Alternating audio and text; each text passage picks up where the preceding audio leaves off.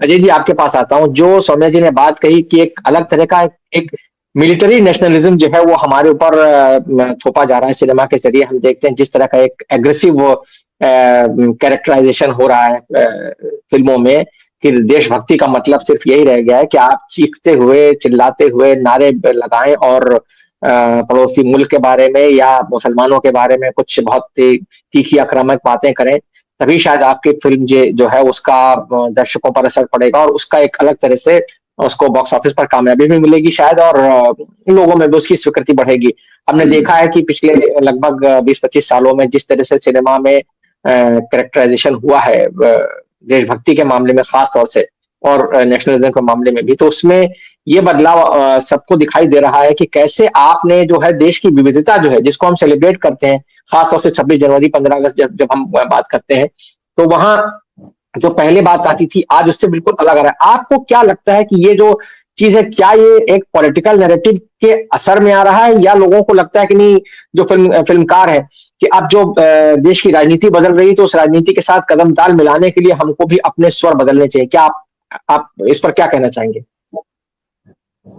जी, आप सभी को नमस्कार। और सौम्या ने बहुत अच्छी बात करी। एक मुल्क छोड़ के मैं बाकी उनके बातों से सहमत हूँ। मुल्क को मैं उतनी अच्छी फ़िल्म नहीं मानता, क्योंकि मेरा मानना है कि वो हिंदू बहू ला करके वो वही दिखाना चाह रहे थे कि हिंदू बहू ही एक मुसलमान की लड़ाई लड़ सकती है। वो वो बहू मुसलमान भी हो सकती थी, लेकिन वही जो मेजॉरिटी के थ्रू माइनॉरिटी का भलाई करवाना है, वो अनवर सिन्हा के यहाँ बहुत पहले से है। वो मुल्क में भी है और आर्टिकल 15 में भी है। तो वहां मैं डिसएग्री करता हूँ। खैर, बाकी चीजें अलग है। अभी जो आपने बात कही, मैं अभी 2 दिन पहले एक फिल्म देख के आया, स्काई फोर्स, जो 65 के वॉर के ऊपर है। और वहां एक सैनिक हमारा मिसिंग इन द एक्शन हो जाता है, और कैसे 23 साल के बाद उसकी जानकारी मिलती है और फिर उसको महावीर चक्र दिया जाता है।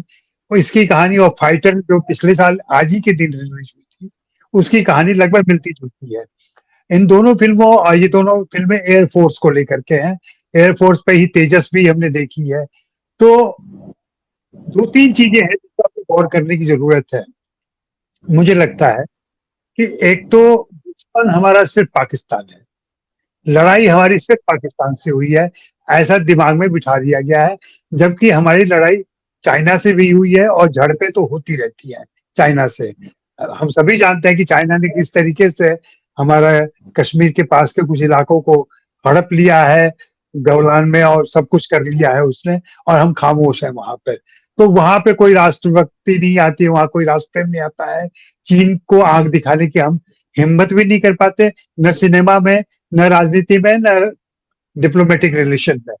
तो उसी से गाइडेड ये संकीर्ण राष्ट्रवाद जो है, जो थोड़ा बहुत धार्मिक भी हो गया है, वो लगातार पिछले 10 सालों से उसका स्वर तेज हुआ है।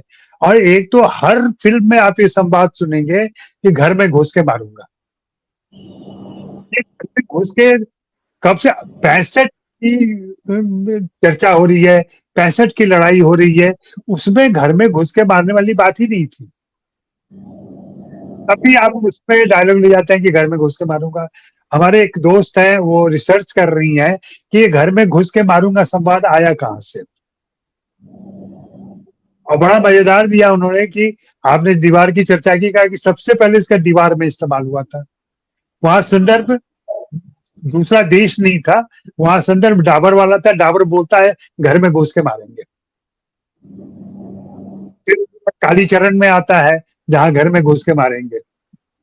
फिर हे बेबी में आता है जहां पे नीरज पांडे ने पहली बार इसका दुश्मन देश से इस्तेमाल किया, और वहां से वो मानते हैं कि ये मेरा पेटेंट है, मैंने इसका इजाद किया है, घर में घुस के मारूंगा। और फिर तो उसके बाद से उरी और तमाम चीजें। तो ये घर में घुस के कब तक मारते रहेंगे, और मर ही नहीं रहा है दुश्मन। लगातार वो जिंदा है, लगातार वो काम कर रहा है, लगातार एक्टिव है। जबकि हम सारे जानते हैं कि पाकिस्तान की हालत आज कैसी है। पाकिस्तान किस मुश्किल स्थिति से गुजर रहा है। एक पड़ोसी देश के नाते हम लोग को सोचना चाहिए कि वहां कैसे शांति बहाल हो, वहां कैसे स्थिरता है, कैसे वो देश, पड़ोसी देश हमारा थोड़ा स्थिर होकर रहे, तो हम भी शांत रह, लेकिन उससे नहीं मतलब है हमें।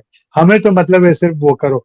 और ये सिर्फ भारत पाकिस्तान के युद्ध और युद्ध परक फिल्मों को लेके ही नहीं है, तमाम हमारे नरेशन में, हमारे नैरेटिव में, सिनेमा में ये आ चुका है कि यही संकीर्ण राष्ट्रवाद है।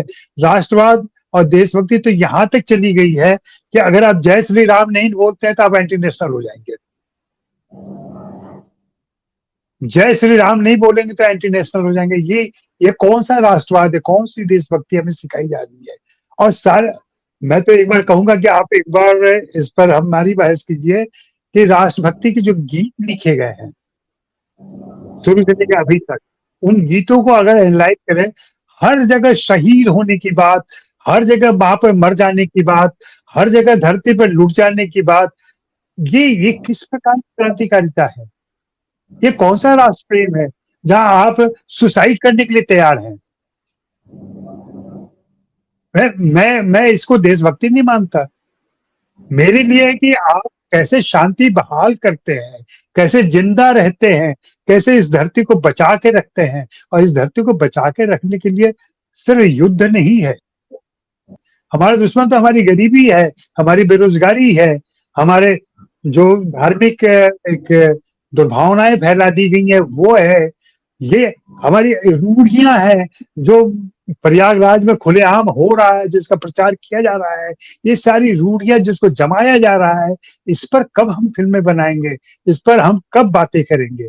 राष्ट्रवाद और देशभक्ति सिर्फ लड़ाई नहीं है और सिर्फ विमान का उड़ाना नहीं है। और ये आसान हो गया है तरीका, इतना आसान हो गया है कि वीएफएक्स के जरिए, स्पेशल इफेक्ट के जरिए इमोशन आपको क्रिएट नहीं करना है, कैरेक्टर को क्रिएट नहीं करना है, जहाज उड़ाना है, टैंक चलाना है, गोलियां चलनी है। आप थिएटर में बैठे हुए कान के बगल से गोलियां साए साए ऐसे निकलती है, आप घबरा जाते हैं कई बार कि कहीं गोली कोई इधर तो नहीं आ रही है। ये तो पूरा माहौल बना दिया गया है, आतंक का माहौल है। ये आतंक सिर्फ बाहर से नहीं आ रहा है, देश के अंदर पैदा किया जा रहा है, दर्शकों के अंदर पैदा किया जा रहा है। और ये कौन ख्याली दुश्मन है हमारा? मैं तो ख्याली दुश्मन नहीं कहूंगा, क्योंकि अभी की जो स्थितियां है जहां हम विकसित भारत अमृत काल में जी रहे हैं, उस अमृत काल में ऐसी फिल्मों की क्या जरूरत रह गई है? लेकिन नहीं, हमें हीरो वहीं से लेने हैं, हमें युद्धों से हीरो लेने हैं, हमें सारी लड़ाइयों को फिर से जिंदा करना है, हमें बार बार दोहराना है यही बात कि घर में घुस के मारूंगा। और इस पर तालियां बजती है, क्रिटिक तालियां बजाते हैं। अफसोस की बात यह है कि आजकल फिल्म क्रिटिक जो प्रीव्यू शो होते हैं, वे फिल्में देखते हुए किस तरीके से ऐसी फिल्मों से उत्साहित हो रहे हैं और भारत माता की जय के नारे भी लगा देते हैं फिल्म देखते हुए।